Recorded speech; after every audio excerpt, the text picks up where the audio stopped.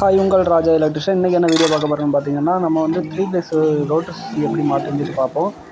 பார்த்திங்கன்னா இதுக்கு என்ன தேவைன்னு பார்த்தீங்கன்னா 3 ரோட்டர்ஸ் எடுத்துக்கலாம். 3 பேர் வந்து 40 ஆம்ஸ் நம்ம எடுத்துருக்கோம். அது போக வந்து 3 இண்டிகேட்டர் எடுத்துக்கலாம். அப்புறம் அதுக்குள்ளே பாக்ஸு, கொஞ்சம் ஒயரு, இது வந்து கட்டிங் பிளேயர் டூல்ஸ் மட்டும் எடுத்துக்கலாம்.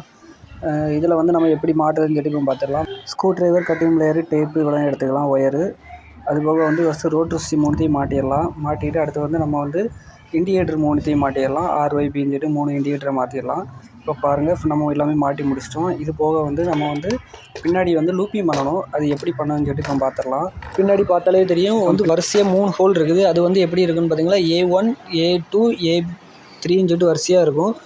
அந்த A1 சொல்லிட்டு 3 ரோட்டிலையும் வந்து 3மே லூப்பிங் பண்ணணும். அதுமாதிரி A2 வந்து A2 அப்படியே லூப்பிங் பண்ணிடணும். அதுக்கப்புறம் A3 சொல்லிட்டு ஃபுல்லாகவே லூப்பிங் பண்ணி எடுத்துடணும். அந்த இது வந்து அதாவது நம்ம மீட்டரில் இருந்து நேராக வந்து ஐசோலேட்டர் போட்டுக்கணும். 4 போல் ஐசோலேட்டர் போட்டுருக்கோம். ஐசோலேட்டர்லேருந்து நேராக வந்து இந்த மாதிரி லூப்பிங் பண்ண இடத்துல கொடுக்கணும். அதை டயக்ராம் வந்து போட்டு காட்டுறேன் பாருங்கள்.